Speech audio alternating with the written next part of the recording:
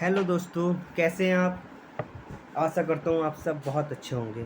मैं सुरेश एकेडमी में आपका स्वागत करता हूँ। दोस्तों, आज हम पढ़ेंगे ICAR टेक्नीशियन T1 के सोशल साइंस में जो टॉपिक है डिसेस्टर मैनेजमेंट, जिसे आपदा प्रबंधन कहते हैं, जो कि मोस्ट इम्पॉर्टेंट टॉपिक है। उससे कई क्वेश्चन एग्जाम में आएंगे। उसके MCQ करेंगे और विद एक्सप्लेनेशन करेंगे। सारे MCQs को मैं समझाऊंगा, जो कि आपके आने वाले पेपर को जो 7 और 8 जुलाई को होने वाला है, उसके लिए काफ़ी इम्पोर्टेंट होने वाले हैं। तो शुरू करते हैं। आज का पहला क्वेश्चन, राष्ट्रीय आपदा प्रबंधन प्राधिकरण NDMA के अध्यक्ष कौन है? नेशनल डिसास्टर मैनेजमेंट अथॉरिटी के अध्यक्ष कौन है? तो पहले तो मैं बता दूं, ये जो कमेटी है, नेशनल डिसास्टर कमेटी जो होती है, वो कई लेवलों पे बनाई जाती है। सबसे पहले जो होती है वो सेंट्रल लेवल पे बनाई जाती है, फिर उसके बाद स्टेट लेवल पे बनाई जाती है, फिर उसके बाद डिस्ट्रिक्ट लेवल पे बनाई जाती है, फिर उसके बाद ब्लॉक लेवल पे बनाई जाती है। तो फिलहाल तो हमसे जो क्वेश्चन पूछा गया है वो पूछा गया है, राष्ट्रीय आपदा प्रबंधन प्राधिकरण के अध्यक्ष कौन है? नेशनल डिसास्टर मैनेजमेंट अथॉरिटी के अध्यक्ष कौन है? तो मैं आपको बता दूं, इसके जो अध्यक्ष होते हैं, जो मौजूदा प्रधानमंत्री जी होते हैं, वही इसके अध्यक्ष होते हैं। तो इस समय प्रेजेंट में प्रधानमंत्री हमारे मोदी जी हैं, तो इसका जो राइट आंसर होगा वो प्रधानमंत्री होगा। इसके अध्यक्ष कौन है? नरेंद्र मोदी जी। प्रधानमंत्री जो होते हैं वही इसके अध्यक्ष होते हैं। तो इसका बी आंसर राइट आंसर हो जाएगा। आगे बढ़ते हैं। नेक्स्ट क्वेश्चन, क्वेश्चन नंबर 2, बाढ़ क्षति को नियंत्रित करने के लिए गैर संरचनात्मक तरीकों में से एक है। ऐसा तरीका जो बाढ़ की क्षति होती है उसको कंट्रोल करने के लिए जो गैर संरचनात्मक हो, जिसे कंस्ट्रक्ट ना किया गया हो। तो मैं आपको बता दूं, जो जलाशयों का निर्माण कराना होगा, तो हमें कुछ ना कुछ कंस्ट्रक्शन तो करना पड़ेगा ना। तो ये तो हो नहीं सकता, इसका आंसर ये तो हो नहीं सकता, क्योंकि हमसे पूछा है गैर संरचनात्मक, जिसमें संरचना ना की गई हो, जो कि नेचुरल हो। फिर उसके बाद प्रवाह की स्थिति में सुधार करना, तो इसमें भी हमें संरचना करनी होगी, कुछ ना कुछ कंस्ट्रक्शन करना होगा, कुछ ना कुछ बिल्ड करना होगा। तो ये भी हमारा आंसर नहीं होगा। उसके बाद जल निकासी में सुधार करने के लिए, तो जल निकासी में सुधार करने के लिए भी तो हमें कुछ ना कुछ कंस्ट्रक्शन करना पड़ेगा, कुछ ना कुछ बिल्ड करना पड़ेगा, बनाना पड़ेगा। तो ये भी हमारा आंसर नहीं होगा। लेकिन जो आर्द्र भूमि को बनाए रखना, आर्द्र भूमि तो नेचुरल होती है ना, तो उसको बनाए रखने की तो कोई संरचना की ज़रूरत है नहीं, बस उसे बनाए रखना है। तो ये तो नेचुरल होता है, तो यही हमारा गैर संरचनात्मक तरीकों में से एक है। तो यही हमारा जो है राइट आंसर होगा। तो मैं बता दूं, ये जो आर्द्र भूमि है, क्या आपको पता है कि इस समय प्रेजेंट में हमारे यहाँ इंडिया में कितनी आर्द्र भूमि है? इस समय 75 आर्द्र भूमि है। कितनी है? 75। और 75वीं कौन सी है? अंशुपा, अंशुपा लेक, जो कि उड़ीसा में है। कहाँ पे? उड़ीसा में है। ये है हमारी 75वीं कौन सी? अंशुपा। अंशुपा लेक जो है वो हमारी 75वीं रामसर साइट है, आर्द्र भूमि है। रामसर साइट, आर्द्र भूमि को रामसर साइट ही तो कहते हैं ना। तो हम 75 है इंडिया में। रामसर साइट कितनी है? 75। और जिसमें से 75वीं जो है वो है अंशुपा, अंशुपा लेक, जो कि उड़ीसा में है। तो आगे बढ़ते हैं। नेक्स्ट क्वेश्चन, निम्नलिखित में से कौन सा एक स्थलीय आपदा का उदाहरण है? तो हमसे पूछा है स्थलीय, जो टेरेस्ट्रियल नेचुरल डिसास्टर होता है उसका एक उदाहरण है। तो आपको मैं बता दूं, ये जो बर्फानी तूफान है, ये भी नेचुरल नहीं, बवंडर भी नहीं है, थंडर स्टॉर्म भी नहीं है। इसका जो राइट आंसर होगा वो तो होगा भूस्खलन, लैंडस्लाइड। लैंडस्लाइड कब होता है? जो हमारी पृथ्वी के गर्भ में जो प्लेटें होती हैं, टेक्टोनिक प्लेटें जिसने कहते हैं, वो जब आपस में लड़ती हैं तो उसी को भूस्खलन कहते हैं। तो इसे डिटेल में पढ़ लेते हैं हम। जो प्राकृतिक खतरे जो होते हैं, नेचुरल हैजार्ड जो होते हैं, जिन्हें हम कह सकते हैं प्राकृतिक आपदा भी कह सकते हैं, तो वो ये जो होती हैं वो ये होती हैं। एक तो चक्रवात होता है, चक्रवात हमारा प्राकृतिक में आ जाता है। तूफान जो है वो भी प्राकृतिक में आ जाता है। सुनामी प्राकृतिक में आ जाता है। हीट वेव जो होती हैं वो भी प्राकृतिक में आ जाती हैं। भूस्खलन जो हमने बताया टेक्टोनिक प्लेटों के आपस में लड़ने की वजह से होता है, वो भी हमारा नेचुरल होता है, नेचुरल हैजार्ड में आ जाता है, जो कि प्राकृतिक आपदा है। और शहरी बाढ़, जो शहरों में बाढ़ आ जाती है, वो भी है। और जो बाढ़ नॉर्मल आती है नदियों में वो भी एक नेचुरल ही है। और आगे बढ़ते हैं, भूकंप भी नेचुरल ही है। भूकंप भी जब हमारी जो टेक्टोनिक प्लेटें होती हैं वो आपस में लड़ती हैं तो उससे एक गैस निकलती है, उसी से भूकंप पैदा होता है, तो ये भी हमारा नेचुरल ही है। तो आगे बढ़ते हैं, मैन मेड, ये इसमें थोड़ी स्पेलिंग मिस्टेक हो गई, ये मैन मेड होगा, क्या होगा, मैन मेड। जो मानव निर्मित खतरे या आपदा जो होती हैं वो 3 प्रकार की होती हैं, एक तो केमिकल होती है, न्यूक्लियर होती है और बायोलॉजिकल होती है। तो न्यूक्लियर जो रासायनिक होती है, जो केमिकल, आपने सुना होगा जो 1984 में भोपाल गैस त्रासदी जो हुई थी ना, कौन सी हुई थी, भोपाल गैस त्रासदी जो हुई थी, तो उसे हम कह सकते हैं वो क्या थी, केमिकल, वो केमिकल था। केमिकल की वजह से जो हैजार्ड हुआ था, जो आपदा हुई थी वो केमिकल की वजह से हुई थी। और नाभिकीय जो आपने सुना होगा हिरोशिमा नागासाकी जापान में जो हुई थी घटना, वो नाभिकीय घटना थी। लेकिन जो जैविक घटना जो होती है ये भी मैन मेड होती है। तो मैन मेड में ये जैसे कोविड-19 हमारा आया था 2020 में, वो बायोलॉजिकल था, वो बायोलॉजिकल था। तो ये तो होते हैं मैन मेड, ये तीनों क्या होते हैं, मैन मेड। तो आगे बढ़ते हैं, नेक्स्ट क्वेश्चन, क्वेश्चन नंबर 4, आपदा प्रबंधन चक्र के किस भाग को जोखिम भेद्यता विश्लेषण आता है। तो इसमें सबसे पहले क्या होता है, सबसे पहले जो आता है वो हमसे पूछा गया है। तो इसमें पूछा कौन सा मिटिगेशन जो आता है, न्यूनीकरण किया जाता है पहले, या पहले रिकवरी की जाती है, या फिर रेस्पॉन्स किया जाता है पहले, या फिर प्रिपरेशन किया जाता है पहले।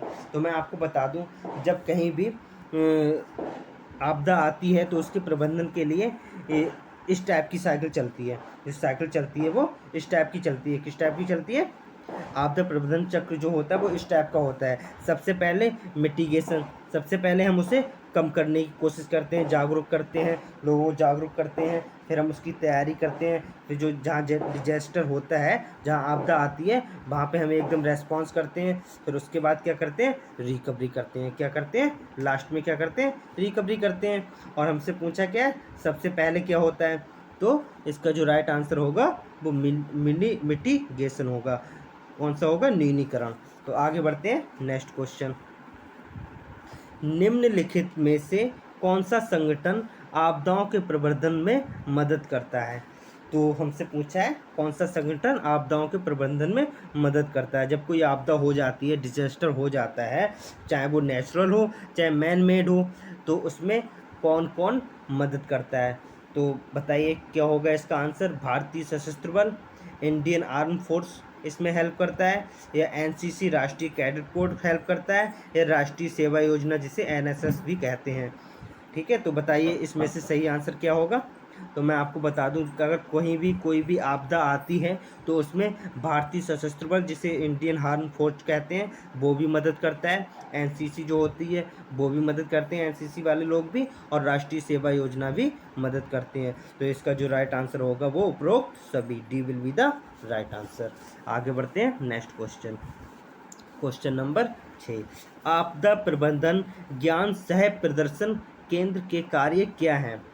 ये पूछा है, जो डिजास्टर मैनेजमेंट नॉलेज कम प्रदर्शन होता है, प्रदर्शन केंद्र, इसके क्या क्या कार्य हैं। तो इसके जो कार्य होते हैं, एक तो ये होता है कि ये जो ज्ञान सह के प्रदर्शन केंद्र हैं उन्हें स्थापित करना, उन्हें नए केंद्र बनाना, और लोगों में जागरूकता पैदा करना, और स्थानीय ज़रूरत आधारित जानकारी प्रदान करना। जो उस कहीं भी अगर डिजास्टर आने वाला है, होने वाला है आपदा, तो वहाँ के जो स्थानीय लोग हैं वहाँ पर आधारित जानकारी प्रदान करना। तो इसका जो राइट आंसर होगा D will be the right answer, उपरोक्त सभी। तो आगे बढ़ते हैं, नेक्स्ट क्वेश्चन, क्वेश्चन नंबर 7, राष्ट्रीय आपदा प्रबंधन प्राधिकरण ने निम्नलिखित में से किसे अनिवार्य किया है, किसे अनिवार्य किया है, नीतियों को, योजनाओं को, दिशा निर्देशों को, या उपरोक्त सभी को। अच्छा, एक बात मैं आपसे पूछना चाहूँगा, अभी मैंने बताया भी था, राष्ट्रीय आपदा प्रबंधन प्राधिकरण जो नेशनल डिजास्टर मैनेजमेंट अथॉरिटी होती है, इसके जो अध्यक्ष होते हैं कौन होते हैं, अभी मैंने 5 मिनट पहले ही बताया कौन होते हैं, देश के प्रधानमंत्री, कौन, प्राइम मिनिस्टर। और मैं आपको बता दूं इसमें जो अनिवार्य होता है, नीतियों का अनिवार्य होता है, और योजनाएं भी यही बनाता है, नीतियां भी NDMA बनाता है, राष्ट्रीय आपदा प्रबंधन ही बनाता है नीतियाँ और योजनाएं भी प्रबंधन प्राधिकरण ही बनाता है, और जो दिशा निर्देश ये दिए जाते हैं वो भी राष्ट्रीय आपदा प्रबंधन प्राधिकरण ही बनाता है, जिसके अध्यक्ष प्राइम मिनिस्टर होते हैं। भाई अपने एक रूम में बैठ के वहाँ से सारे दिशा निर्देश देते रहते हैं और योजना बनाते हैं। तो इसका जो राइट आंसर होता है होगा वो भी डी होगा। क्या होगा? D will be the right answer, उपरोक्त सभी। तो आगे बढ़ते हैं नेक्स्ट क्वेश्चन। क्वेश्चन नंबर 8, प्राकृतिक परिणामों के कारण जान माल की व्यापक क्षति को क्या कहा जाता है? क्या कहा जाता है भाई? प्राकृतिक परिणामों के कारण, प्राकृतिक कोई आपदा अगर आती है तो उसकी वजह से जो जान माल का खतरा होता है, जो क्षति होती है, उसे क्या कहते हैं?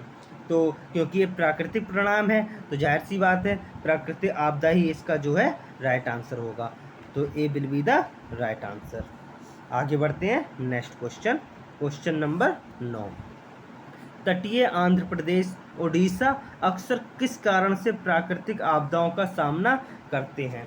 चक्रवात, भूस्खलन, भूकंप या बाढ़? किसका सामना करते हैं ये आंध्र प्रदेश और उड़ीसा?